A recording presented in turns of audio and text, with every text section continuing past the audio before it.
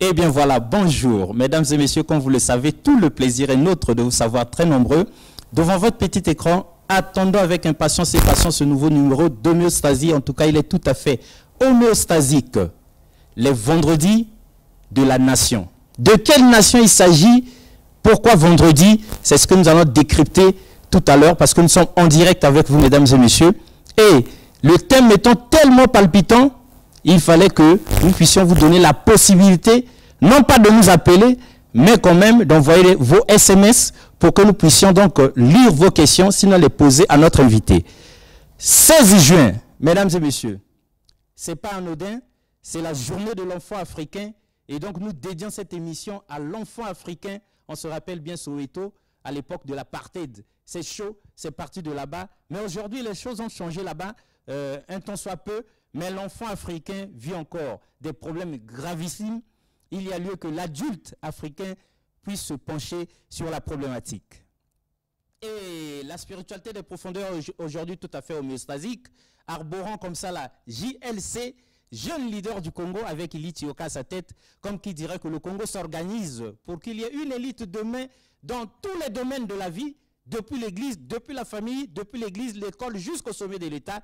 Il faut bien qu'il y ait de l'organisation pour que nous puissions demain sauver le Congo, aller donc à la rencontre de l'Afrique, sinon aller à la rencontre du monde entier. Jeune leader du Congo, on est fiers de vous parce que vous étiez dernièrement 14 juin avec le docteur Ovaga donc à Sécurex pour donner de votre sang et homéostasie, la spiritualité des profondeurs l'avait fait également afin de sauver des vies parce que le don de sang, nous sommes nombreux à le craindre, mais c'est pour sauver des vies. Mais on respecte en même temps le choix de nos frères témoins de Jéhovah. En tout cas, eux, dans de sang, pas question. Alors, pour cette émission tout à fait homéostasique, mesdames et messieurs, avant de vous présenter l'invité du jour, nous vous lisons la pensée du jour. Sinon, pas la pensée du jour, pardon, lu pour vous. Quelque chose qui est lu pour vous ici, justement, pour que nous ayons une idée exacte des vendredis de la nation. Et pour la pensée du jour, puisqu'on a déjà prononcé pensée du jour, d'aucuns se patientent, c'est il est temps que l'Église prenne ses responsabilités. Alors, lu pour vous. On ne saurait reprocher aux Congolais, mesdames et messieurs, de ne pas assez prier pour leur pays. On dirait même que les Congolais sur les deux rives du fleuve prient trop. Le fait est que l'on peut prier, mais ne pas atteindre le but, parce que l'on prie mal, nous dit l'apôtre Jacques. Assez souvent, mesdames et messieurs, les Congolais, les hommes de Dieu y compris, tout en entretenant la guerre dans leur cœur, demandent à Dieu de répandre la paix dans leur pays, comme s'il y avait des lieux précis où l'Éternel devrait faire descendre cette paix en dehors de nos cœurs. En réalité, il n'existe pas 1000 remèdes tant qu'il s'agit de la guérison d'un pays. Tout ça, ce n'est pas nous. Hein. C'est lui ici, c'est Dixit, Serge Mbungu, notre invité du jour. En réalité, il n'existe pas 1000 remèdes tant qu'il s'agit de la guérison d'un pays. En 2 Chroniques 7, 13, 14, nous lisons « Quand je fermerai le ciel, c'est Dieu qui parle, et qu'il n'ait pas de pluie, quand j'ordonnerai aux sauterelles de consumer le pays, quand j'enverrai la peste parmi mon peuple, si mon peuple sur qui est invoqué mon nom s'humilie, prie et recherche ma face, et s'il se détourne de ses mauvaises voies, je l'exaucerai des cieux, et je lui pardonnerai son péché, et je guérirai son pays. » C'est l'Éternel Dieu lui-même qui parle. Ce que Dieu veut, mesdames et messieurs, c'est que l'on se tourne vers lui en toute obéissance. Dans le livre d'Ésaïe, au chapitre 22, 9, 12, nous lisons, c'est Serge Mbungu qui continue, « Vous voyez les brèches nombreuses faites à la ville de David, et vous retenez les eaux de l'étang inférieur.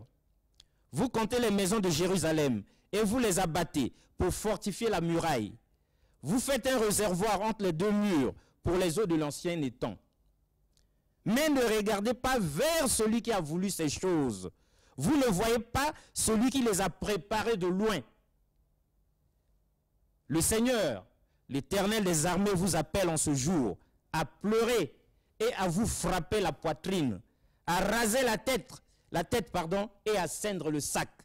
Ça, c'est Isaïe au chapitre 22, 9, 12. Mesdames et messieurs, c'est dire donc que jeter l'anathème sur nos dirigeants, comme nous le faisons d'habitude, les rendant responsables d'une situation qui implique au premier chef l'autorité ecclésiale et prophétique, est une attitude contre-productive. Serge Mbungu, bonjour. Bonjour, mon frère. Alors, pour ceux qui prennent le train en marche, qui sont en direct avec vous et qui s'apprêtent à poser peut-être leurs questions, sinon à déguster tout ce que vous leur servirez aujourd'hui, qui êtes-vous pour qu'on sache sur quel pied danser avec vous? Ben, Serge Mbungu, c'est celui que vous avez présenté depuis 11 ans aujourd'hui. Et comme vous l'avez dit, pour ceux qui prennent le train en marche, nous sommes serviteurs de Dieu, responsables du ministère ou de la vision maintenant l'Afrique. Et vous savez que la vision maintenant l'Afrique, c'est une vision transversale, où vous avez à la fois le temporel et l'intemporel. Vous nous avez vu ces derniers temps, pour ceux qui ont été attentifs dans l'actualité nationale, aux côtés du professeur Obinga, parce que dans notre perspective, évidemment, il y a une implication de l'intelligentsia. Donc ce n'est pas simplement la lumière de l'Église, mais c'est aussi la lumière de l'intelligentsia. Et ces deux lumières conjuguées nous conduiront évidemment à l'épanouissement, à l'émancipation du génie africain. Donc dans le cadre de l'Église, nous animons ce que le public va découvrir, mais en réalité, c'est un espace qui existe depuis 2001, février 2001. C'est là que nous avons été enregistrés au niveau du ministère de l'Intérieur. C'est l'espace Royal Nation. Donc là aussi, nous avons des responsabilités parce que la vision de Royal Nation, c'est une vision interconfessionnelle. C'est une vision qui tend à faciliter le croisement du peuple de Dieu, parce que le peuple de Dieu nous apparaît beaucoup plus de façon éclatée, de façon écartelée. Il n'y a pas assez d'espace de convergence. Pour parler comme mon frère Alexis, il n'y a pas assez d'espace de convergence pour permettre aux intelligences chrétiennes de se fédérer et de s'exprimer. Et donc la vision de Royal Nation, comme dit le terme, la nation, c'est la nation en Christ. La plupart du temps, on a présenté Christ comme le bon berger, mais on a oublié assez souvent que c'était le roi des rois. Et donc, cette dimension roi des rois. La dimension royale n'est pas assez vécue dans l'Église. Et c'est ce qui Nous fait avons que été nombreux à voir le Christ que dans l'horizontal. Dans l'horizontal. Mais le vertical avait été carrément oublié. Voilà, il y a aussi le sacerdoce royal. Il n'y a pas que le sacerdoce pastoral ou l'office sacerdotal, mais il y a aussi l'office royal, parce qu'en Christ, nous avons généralement 3 offices, c'est ce qu'on apprend en systématique biblique. Donc il y a l'office sacerdotal, il y a l'office royal, il y a l'office prophétique. Et nous voulons maintenant que l'Église vive l'office royal et répande l'onction royale. C'est ce qui aiderait la société à s'éclairer. Serge Mbungu, pour résumer votre parcours, nous dirions à ceux qui prennent le train en marche, mesdames et messieurs, que Serge Mbungu, c'est avant tout la vocation du Congo. Qu'est-ce que vous nous en dites en 2 mots? Oui, la vocation du Congo, c'est en fait l'essentiel pour l'Afrique. Parce que tout va du Congo et tout partira du Congo. Aussi longtemps que le Congo sera attendu, l'Afrique, quels que soient ses frémissements, ne pourra pas aller aussi loin que ça. Ça fait 11 ans que nous le disons. Et je crois qu'aujourd'hui, pour ceux qui ont suivi le sommet qui s'est passé à Kintélé dernièrement, où on a eu la participation du roi Mohamed VI, la date m'échappe, je crois que c'est le 28, 29 par là, vous avez vu que nos frères du Sahel sont venus demander non pas le pétrole ou l'argent du Congo, mais l'eau. Évidemment. Du Congo. Évidemment. Pour sauver le lac Tchad. Vous voyez que ça commence à venir.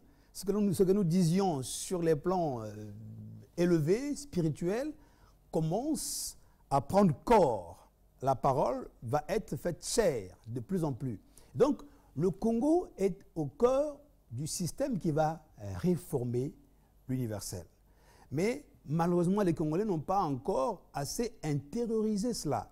C'est pourquoi nous sonnons l'alarme, nous sonnons la trompette pour dire le Congo a une vocation grandiose. Et donc, si on n'est pas conscient de cette dimension du Congo, on va faire des choses qui ne seront pas à la dimension de la vocation, et la vocation va se révéler contre-productive. Parce que la vocation, c'est quelque chose de très délicat. Si vous avez vocation à être lumière pour les nations, lumière pour le continent, et que vous faites des choses à la dimension de votre ethnie, de votre tribu ou de votre parti politique... Vous faites tout le contraire de votre vocation. Tout le contraire, évidemment, puisque ceux qui attendent du Congo, c'est que le Congo ne produit pas, souffrent, eh bien, Dieu va aussi vous réclamer la souffrance à cause des souffrances que vous imputez aux autres. Donc, c'est important de connaître ce que l'on est. Comme a dit quelqu'un, connais-toi toi-même. Donc, la vocation du Congo, c'est d'être un pays leader. Si on ne le sait pas, on fera des petits partis, alors que quand vous allez dans l'histoire de ce pays, vous trouverez que depuis les indépendances déjà, nos pères, comme Jacques Opango, avaient des partis d'envergure panafricaine.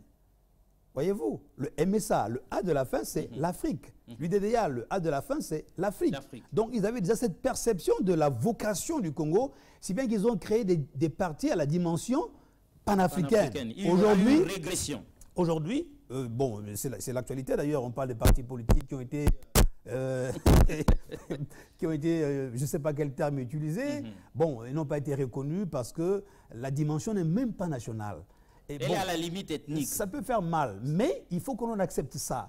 Et même ceux qui ont été retenus devaient aller plus loin.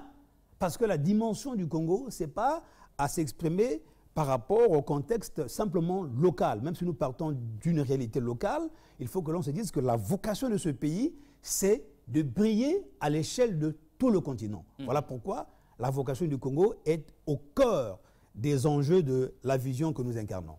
Mesdames et messieurs, pour votre gouverne, nous vous apprenons, vous le savez certainement d'aucuns, que la guerre de l'eau frappe aux portes du Congo. Ils sont nombreux les nations du monde. Elles sont nombreuses à savoir qu'il va manquer de l'eau bientôt. Et que le Congo, on a en quantité. C'est même exagéré toute l'eau que Dieu nous a donnée. Alors si les Africains ne se rassemblent pas, s'ils n'y vont pas ensemble, le malin, sinon l'impérialiste, usera des uns et des autres pour nous liguer en guerre les uns contre les autres pour l'eau. Il vaut mieux que nous nous entendions, comme disait quelqu'un, l'Afrique doit s'unir ou périr. Nous nous unissons et nous mettons en valeur notre eau. Peut-être que nous la vendrons demain au reste du monde pour nous enrichir. Sinon, des choses arrivent. Serge Mbungu, vous n'êtes pas que la vocation du Congo. Vous êtes aussi et surtout le Congo nouveau. Alors dites-nous en deux mots. Oui, le Congo nouveau, vous voyez, quand nous partons des années 60 jusqu'en 2010, on aura vécu un jubilé. Donc en réalité, à partir de 2010, vous voyez que c'est même l'année où la dette du Congo a été élargie. Le Congo a été élargi. Élargi. Voyez-vous, comme quelqu'un qui portait un joug, parce que pour ceux qui avaient la gestion de la nation, c'était vraiment un joug que le pays portait parce qu'il fallait faire face au service de la dette. Et quand on arrive en 2010, au mois de janvier en particulier, la dette a été élargie et nous sommes entrés dans un nouveau cycle à partir de ce moment-là pour 50 nouvelles années. Donc nous sommes rentrés en fait dans la perspective d'un autre Congo, du Congo nouveau. Donc le renouvellement. C'est pourquoi nous avons écrit le livre Le Congo nouveau, mais malheureusement les Congolais ne prennent pas assez de temps pour lire ce qui est écrit. Ni moins encore pour réfléchir sur tout ce que vous aviez déversé ici, voilà. Émission après émission. Émission après émission, on a pas mal de difficultés aujourd'hui qu'on avait en réalité déjà éclairées. On aurait pu éviter certaines difficultés que la nation rencontre aujourd'hui si on a été attentif aux concepts qui ont été soulevés en amont. Malheureusement, nous avons eu, bon, on va dire le malheur, permettez-moi la répétition, d'écrire, quand on sait qu'on n'a pas la facilité à lire. Donc, nous sommes souvent tenus de revenir sur les plateaux. Et merci pour Homéostasie. Vous avez fait un grand travail. Je tiens à vous jeter les fleurs pour le travail que vous avez fait avec la DRTV. Depuis 2010, vous avez vraiment travaillé à donner la visibilité à cette vision. Et nous voyons comment les choses sont en train de bouger au niveau de l'Afrique, parce que quand nous avons commencé, on nous prenait pour des illuminés, égarés, etc. Mais aujourd'hui, tout le monde va à l'Afrique bouger. On y croyait guère. Voilà. Et il reste maintenant que le Congo réalise sa vocation et entre dans sa vocation pour pousser l'Afrique beaucoup plus loin. Parce que nous sommes en train d'aller vers ce que nous avons appelé l'Afrique avant-gardiste, c'est-à-dire que l'Afrique va prendre l'avant-garde, la marche de l'histoire. Pas parce que nous le voulons, pas parce que Cheikh Anta Diop le veut ou Benga le veut, mais c'est une prophétie, c'est-à-dire quelque chose de sacré et qui va s'accomplir parce que tout ce que Dieu a déclaré, il a le pouvoir de l'accomplir.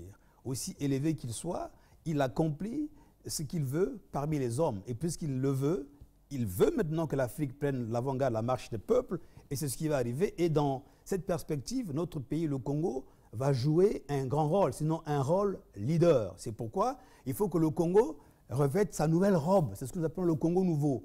Il faut que nous ayons d'autres paradigmes, que les partis politiques nous donnent la possibilité d'aller vers eux pour leur expliquer ces choses-là. Comme ça, ils pourront concevoir des programmes par rapport au paradigme qui implique le Congo aujourd'hui. Sinon, ils vont continuer à regarder le Congo par rapport au prisme de l'ancien temps et on va continuer à végéter, alors qu'en réalité, si vous allez voir nos amis de l'Afrique de l'Ouest, ils vont vous dire, eux, ils attendent l'Afrique centrale.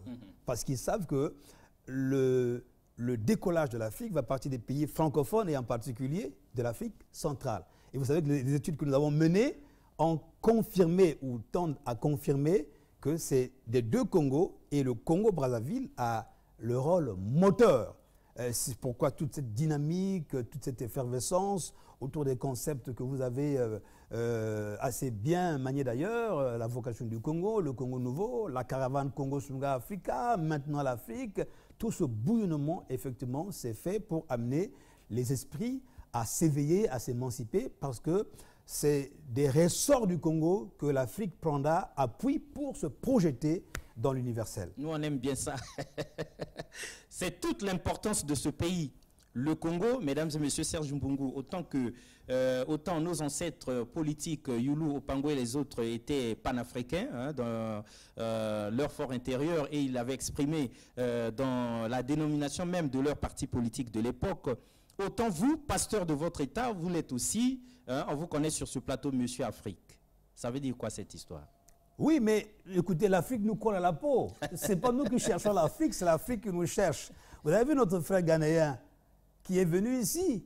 Et pendant que nous sommes sur ce plateau, je voudrais saluer notre frère pasteur Assis depuis la Côte d'Ivoire, qui est en train de se faire les pieds et les mains pour que nous puissions avoir notre faillé en Centrafrique.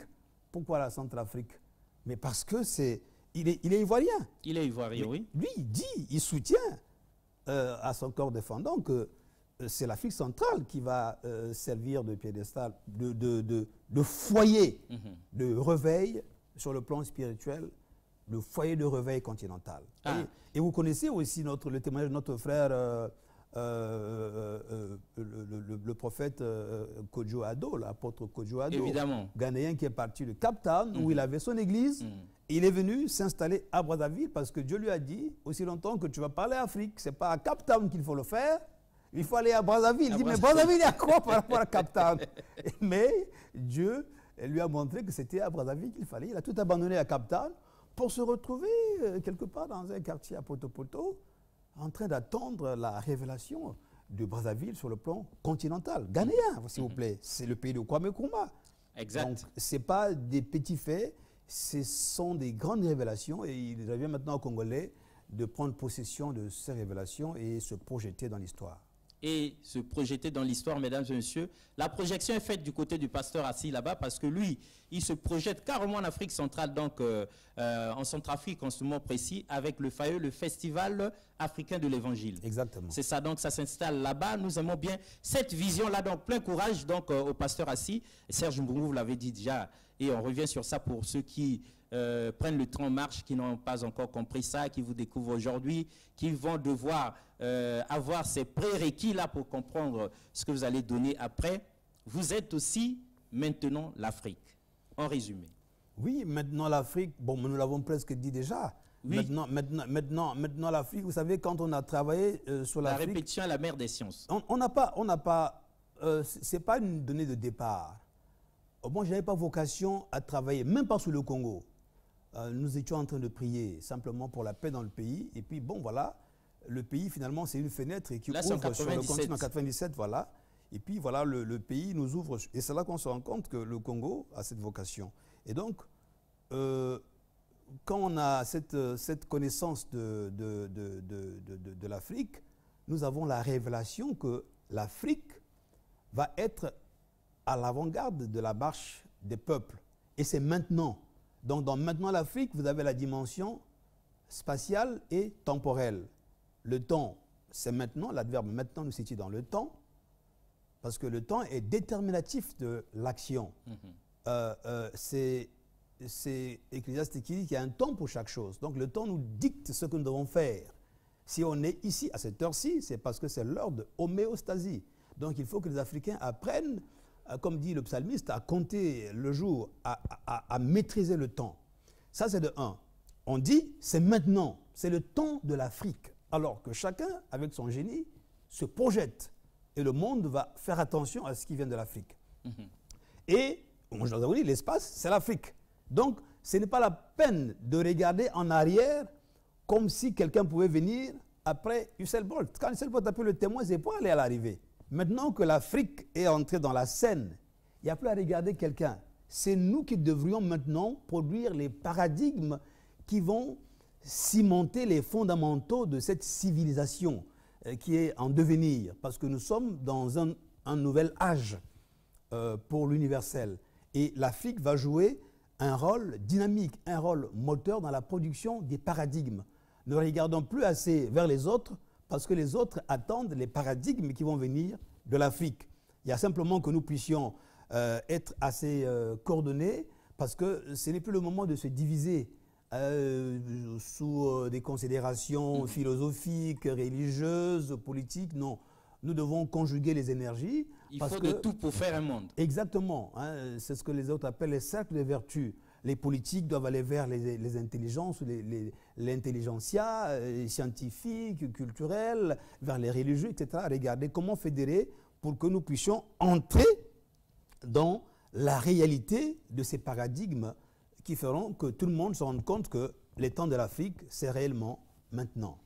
Le temps de l'Afrique, c'est réellement maintenant. Serge Mbungu n'est pas arrivé au bout du résumé vous concernant. On n'a pas encore essoré l'homme en quantité comme pour donner à ceux qui avaient raté homéostasie, la spiritualité des profondeurs durant ces 10 longues années, la possibilité de découvrir Serge Mbungu. Vous êtes au finish la caravane Congo-Sunga Africa. Oui, la caravane Congo-Sunga Africa, là nous entrons dans le programme. C'est ce que nous allons faire à partir des paradigmes que nous révèle Ésaïe, parce qu'en lisant la prophétie d'Ésaïe 19, avec le regard de l'égyptologue, on se rend compte que l'Égypte dont il est question ici, en réalité, c'est un code anthropologique ou géographique, selon le cas, qui typifie l'Afrique. Donc, nous avons là compris que l'Éternel s'adresse à l'Afrique. Comme dans Ésaïe 19. Justement, nous parlons d'Ésaïe 19. Alors, cette Afrique-là va se structurer à partir de l'Afrique centrale, à travers un code. C'est l'autel. L'autel qui va être structuré en Afrique centrale. Or, l'autel nous situe dans le domaine du sacré, donc l'intemporel. Et vous avez de l'autre côté le monument. Le monument nous situe dans le paradigme culturel, parce que le monument fait penser à la mémoire. Et le monument est fait pour fixer la mémoire. Et ce monument être situé à l'ouest du pays d'Égypte. C'est pourquoi, vous voyez, quand le président Macron lance l'appel pour le retour des objets d'art africains, ce sont les pays d'Afrique de l'Ouest qui sont à l'avant-garde de ce combat, et notamment le Sénégal et le Bénin. Le Sénégal a même déjà construit un musée pour recevoir tous les pays africains. Voilà, ça c'est un peu, il ne faudrait pas que nous disputons le leadership avec eux, ça c'est un peu leur vocation, hein, d'être une armoire culturelle. Mais pour évidemment, le continent. l'Afrique au finish sera un peu compartimentée comme ça. Hein. Exactement. Et nous ne serons pas tous à faire la même chose partout La même à la chose, fois. exactement. Il y aura quand même les uns et les autres auront une certaine vocation à un degré plus élevé que les autres. Exactement. Et nous leur attribuerons cette responsabilité-là pour que nous puissions comme ça là donc marcher en synergie de force et d'énergie, d'intelligence et pourquoi pas de spiritualité. Alors Serge Mbungu, après avoir cerné enfin, et un tant soit peu, le grand personnage qui est là devant nous, Serge Mbungu, qui est à la fois Monsieur Afrique, il est pasteur de manière peut-être beaucoup plus officielle, mais il est aussi prophète, parce que sur ce plateau de Biostratégie, la spiritualité des profondeurs, de par son livre La vocation du Congo, il nous a donné une projection prophétique du Congo, et nous avons vécu tout ça point par point, comme si c'était Dieu lui-même qui parlait, et nous étions convaincus du fait que c'était Dieu lui-même qui parlait. Alors Serge Mbungu, sur ce plateau, nous avions reçu l'apôtre Lévitique 10, 3 phases, venir faire la lecture prophétique de la proclamation de la République du Congo.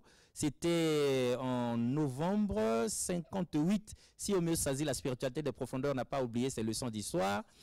Donc, il a fait une lecture prophétique, ça nous a choqués. Nous nous sommes dit, d'où vient-il qu'un homme de Dieu vienne comme ça parler de la République? Lévitique a organisé des cultes pour la nation. Chez lui, nous avons été invités à son église et nous étions encore choqués. Dernièrement, ça date pas de très longtemps, il était encore à son église en vert, jaune, rouge et donnant des leçons civiques à ses fidèles. Nous étions donc outrés, mais d'où vient-il que vous arriviez aujourd'hui avec les vendredis de la nation? C'est quoi cette histoire-là? L'église veut quoi? Ça veut dire quoi les vendredis de la nation? On vous écoute maintenant. Merci. Merci pour notre frère qui est déjà dans l'esprit des vendredis de la nation. En tout cas, que vous nous faciliterez le contact avec lui. Et évidemment, il doit être en train de suivre mieux choisir la spiritualité des profondeurs comme d'habitude. Ensemble, comment aller dans cette direction-là. En tout cas, sa coopération vous est acquise déjà. Ça fait 20 ans, comme vous le savez, que nous sommes dans la recherche depuis 1997 sur l'Afrique, sur le Congo et sur l'Afrique. Et on n'avait pas au départ l'idée d'écrire sur la nation ou de concevoir des programmes sur la nation. Non. Mais ça s'impose de fil en aiguille au fur et à mesure que nous avançons. Nous nous rendons compte que l'Église s'est trompée. Vous avez bien fait de lire ces passages-là d'entrée de jeu pour montrer la responsabilité de l'Église dans les difficultés que les nations africaines ont endurées et peuvent encore endurer aujourd'hui aussi longtemps que cette Église ne prendra pas ses responsabilités. Mais vous voyez, nous sommes comme un peu ceux qui ont été creusés à l'arrière de la montagne, qui sont restés pendant longtemps sous la tente d'assignation. Donc Dieu a implémenté des choses qui font qu'aujourd'hui, quand nous redescendons de la montagne, ça peut paraître extraordinaire. Mais en réalité, quand vous plongez dans la littérature de la Bible, on parle d'une nation à part et on parle des nations. Au fond, la nation, c'est un thème théologique majeur. Vous savez, nous avons écrit un opuscule sur l'hymne national. Le Seigneur nous a amenés à écrire sur l'hymne national parce que dans la vocation du Congo, dans le Congo, nous avons déjà dit que nous avons chanté l'hymne pendant 50 ans. Il nous reste maintenant d'intérioriser l'hymne et de l'extérioriser. Parce que nous ne l'avions chanté que de manière mécanique. Nous l'avons chanté du bout des lèvres. Mais, mon frère Alexis Bongo, quand vous entrez dans le décryptage de notre hymne, ouf! Mais c'est une petite Bible. Nous avons dégagé 21 thèmes théologiques. 21 thèmes théologiques. Vous savez, quand on dit en ce jour, c'est un thème théologique. Parce que le jour, nous situons. Et nous qui disions en ce jour, sans nous arrêter dessus. Le soleil levant, c'est un thème théologique.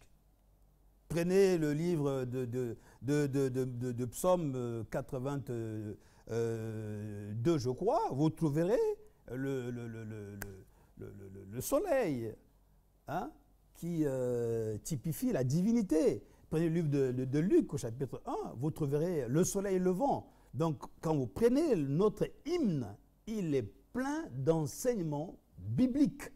Mais maintenant, c'est la connaissance qui nous a manqué.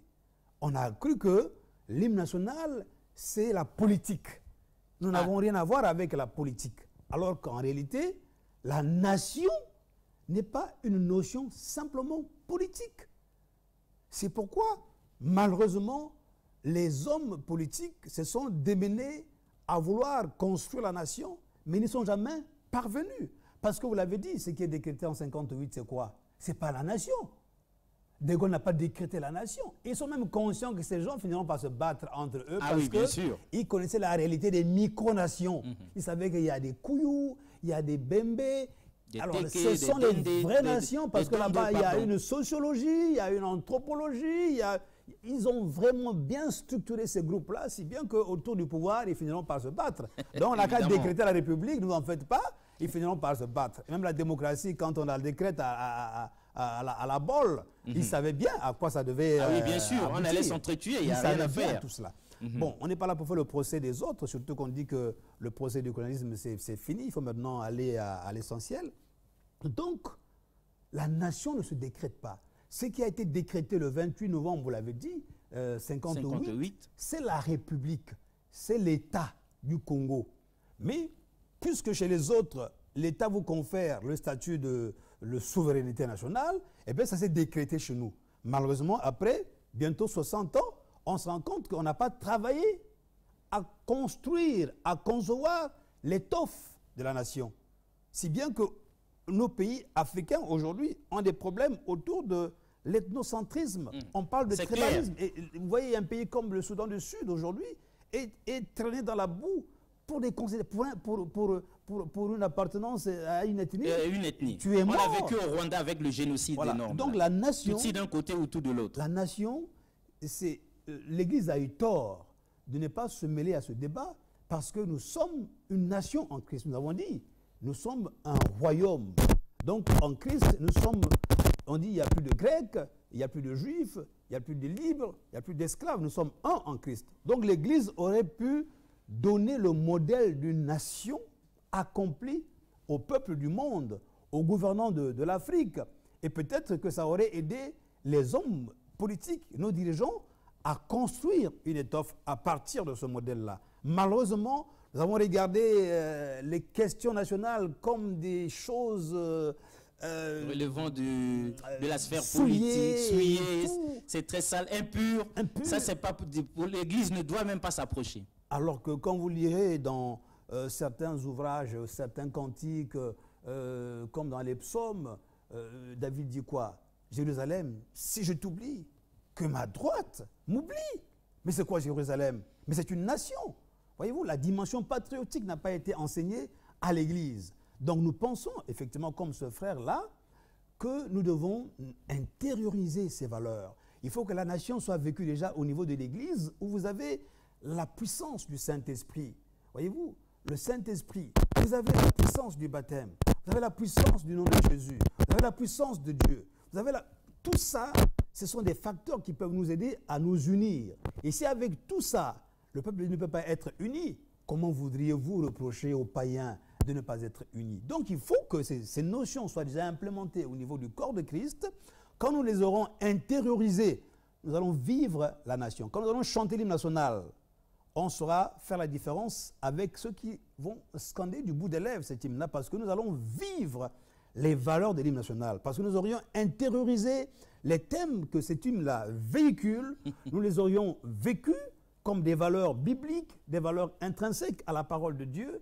Donc, on va consommer l'hymne. Quand on va l'extérioriser, ça sera avec nos entrailles, ça sera avec nos tripes, parce que nous allons nous reconnaître dans ces notions-là. Voilà pourquoi nous allons lancer les vendredis de la nation, amener l'Église à faire sien le combat de l'édification de la nation. On ne peut plus laisser aux autres, nous parlons du Congo nouveau. Et s'il faut que nous puissions définir un autre Congo ou un Congo autrement, il faut bien qu'il y ait des valeurs fondamentales. Or, notre hymne dit quoi? Unité, travail. Et la conséquence, c'est le progrès. Mais la nation, c'est quoi? C'est la forme la plus élaborée de l'unité d'un peuple.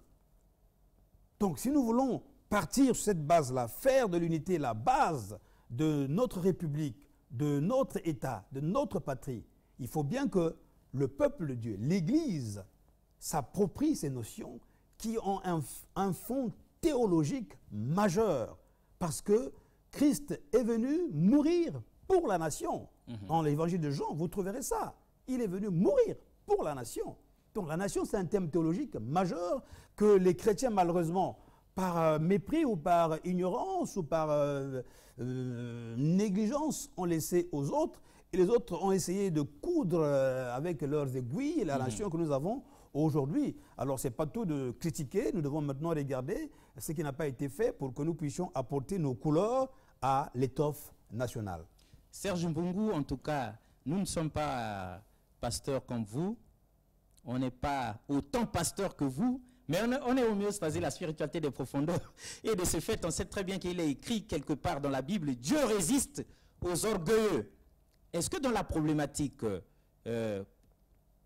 politique d'un côté, église de l'autre, homme politique, homme en soutane de l'autre, homme politique d'un côté, homme en soutane de l'autre, est-ce que, même si vous êtes venu aujourd'hui comme pour demander à l'église de prendre ses responsabilités, comme dit la pensée du jour, il est temps que l'église prenne ses responsabilités, même si c'est de ça qu'il s'agit. Est-ce que vous ne pensez pas que l'homme politique se sera comme ça tailler la part du lion de par son trop plein d'orgueil, mettant de côté Dieu et l'Église, et aujourd'hui nous en subissons les conséquences? Est-ce que c'est l'Église qui est fautive ou c'est l'homme politique qui avait pensé diriger la nation, gouverner sans la Bible, gouverner sans la lumière divine, sans le Saint-Esprit? Ça, c'est une question pertinente. Évidemment. Une question pertinente, comme vous en posez toujours. Évidemment, Serge Mbungu. C'est une question pertinente. Non, ce qui est sûr, c'est que nous vivons les conséquences de l'abandon de Dieu. Ah, et par les uns et par les autres. Ça, c'est clair. Ah. Nous vivons la conséquence d'avoir abandonné Dieu. C'est-à-dire que la responsabilité est partagée. L'Église, comme nous l'avons dit dans le passage que vous avez lu, on dit quand le peuple, quand un pays est malade, Dieu attend du peuple de Dieu, enfin son peuple, la repentance. Donc la solution maintenant, le FMI, ce sont des solutions pratiques, ce sont des solutions scientifiques, économiques, etc. Mais le FMI est déjà intervenu dans ce pays. Pourquoi on est encore en crise? Donc, ce sont des solutions, mais il y a une solution. Et la solution, c'est de se tourner vers Dieu. Ah. Aussi longtemps qu'on va gouverner ce pays, surtout ce pays, voyez-vous, qui a été en plus recommandé à Dieu. Recommandé à Dieu, c'est ce que nous nous apprêtions à dire. Ce pays a été recommandé à Dieu. Et en 2010, le chef de l'État est revenu pour dire « Je confirme ce que j'avais déjà dit. Ah. » Que ce pays, nous l'avons recommandé à Dieu. Vous savez, la Bible dit que malheur à celui qui prend le nom de l'Éternel en vain. Parce que l'Éternel ne laisse pas impuni celui qui prend son nom en vain.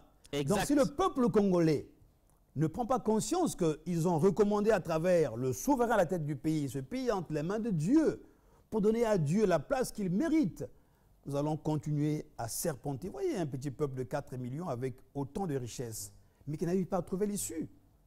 On va dire, c'est la faute des X, c'est la faute des Grecs. Non, la faute n'est pas des X ou de Y. Nous avons dit que les responsabilités sont partagées entre les gouvernants qui nous écoutent et les ecclésiastiques aussi qui nous écoutent. Parce que c'était à l'Église déjà de prendre ses responsabilités, de ne pas prendre des raccourcis, mais d'aller vers Dieu. Parce que si nous ne vivons pas l'unité, si dans l'Église, on vit la division interethnique, intertribale, etc., l'homme politique ne pourra pas vivre mieux que le reflet de ce que nous sommes. Au fond, nous avons les dirigeants que nous méritons. L'Église a les dirigeants qu'elle mérite parce que ces dirigeants-là sont une émanation des églises. On a un pays à 80% chrétien. La plupart de ceux qui nous gouvernent ont des appartenances religieuses. Et pour la plupart, ils sont des chrétiens. On ne peut pas dire que c'est leur faute simplement. Non, c'est que quelque part aussi, l'évangile, notre témoignage, n'a pas été de nature à faciliter la perception des choses dans la gouvernance politique au niveau de nos dirigeants. Donc la responsabilité est partagée. Soit, maintenant, nous voulons envisager les choses sous l'angle d'une nouvelle perspective. Ça, nous parlons du Congo nouveau. Il faut donc revenir à la case de départ. Quand on a recommandé le pays entre les mains de Dieu, il faut écouter ce Dieu. Moi, je ne dis pas qu'il faut que tout le monde soit converti. Non, non, non, non, non, c'est pas ce que je dis. Il faut que tout le monde devienne chrétien. Non, non, non, non, non, non. Que tous les ministres viennent à l'église le dimanche. Que tout le gouvernement se convertisse. Le ministre peut être là où il est. Que le chef de l'État vienne chaque dimanche à l'église. Moi, j'ai toujours pris appui de l'expérience de Joseph en Égypte. Le roi d'Égypte n'était pas de la même confession de foi que Joseph. Pas du tout. Mais les deux ont conjugué ensemble leur génie pour le bien de la collectivité, pour le bien de l'universel. Parce que c'est tout le monde qui est venu en Égypte qui était devenu le creuset de la civilisation. Voyez-vous? Donc, ce n'est pas tant le fait d'appartenir à la même confession ou obédience qui ferait que nous puissions émerger. Si ça ne marche pas, c'est la faute des... Vous savez comment les chrétiens raisonnent? Non, ce n'est pas comme ça. Ce n'est pas parce qu'il y a les autres qui ne participent pas à notre communion que le pays... Non, on ne peut pas faire un pays... D'ailleurs, les nations développées ne sont pas uniformes dans leur essence. Ce n'est pas l'uniformité qu'on nous demande, ce n'est pas cela. Mais il y a quand même, au niveau de la nation, ce qu'on peut appeler la cohésion nationale. Où les uns, les musulmans, les animistes se retrouvent et autour des fondamentaux, on est quand même unanime. Et on dégage les perspectives. Et chacun peut repartir à sa base. C'est ce que Joseph fait en Égypte. Le pharaon n'est pas avec lui. Mais le pharaon, là où il est, quel est le Dieu qui lui a parlé? C'est le même Dieu qui a parlé à Joseph qui parle à Pharaon. Donc Dieu ne parle pas qu'aux chrétiens. C'est sérieux de penser que Dieu ne parle qu'aux chrétiens. Le pharaon, en tout cas, il n'était pas chrétien. Il n'était pas chrétien, il n'était pas juif. Il n'était pas juif. Mais c'est le même Dieu qui lui a parlé, qui a parlé à Pharaon, puisque Joseph vient interpréter son songe. Vous voyez la complémentarité? Voilà, donc il faut maintenant que nous puissions nous ressaisir. La vocation du Congo est noble. Que vous le vouliez, que vous ne le vouliez pas, l'Afrique attend le Congo et l'Afrique attendra aussi longtemps que le Congo sera assis. Considérez ça comme une prophétie.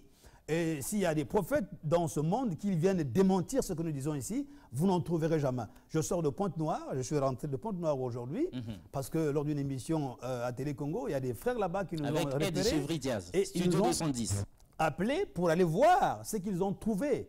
Ils ont trouvé une conformité extraordinaire entre ce qu'ils ont trouvé là-bas depuis 1997 et ce que nous avons trouvé ici à Brazzaville. Magnifique. Donc ça confirme, ça va vers la confirmation de la place du Congo dans le renouveau africain.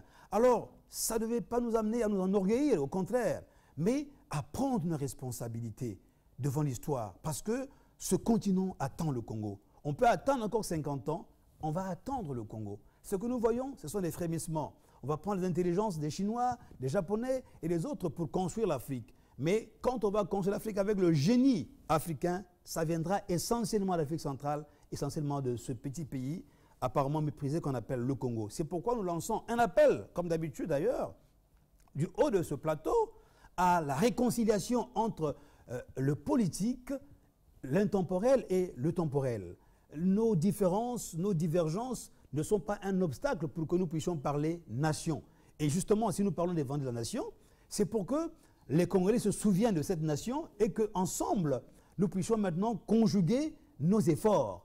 Que celui qui peut donner l'amour au Congo, donne son amour au Congo. Que celui qui peut prier pour le Congo, donne alors ce qu'il peut trouver de meilleur pour ce pays à travers sa prière. Ainsi de suite, nous allons conjuguer donc nos efforts au chevet de ce pays et c'est à ce moment-là que nous verrons le soleil apparaître sur ce pays. Merci beaucoup Serge Mbungu. L'Afrique centrale en général et le Congo en particulier, mesdames et messieurs, sont malades des implications prophétiques qui les traversent. Beaucoup plus que des hommes politiques qui les gouvernent. Des hommes qui sont eux-mêmes victimes de ces implications. Exact. L'Église doit ouvrir les yeux et comprendre cela.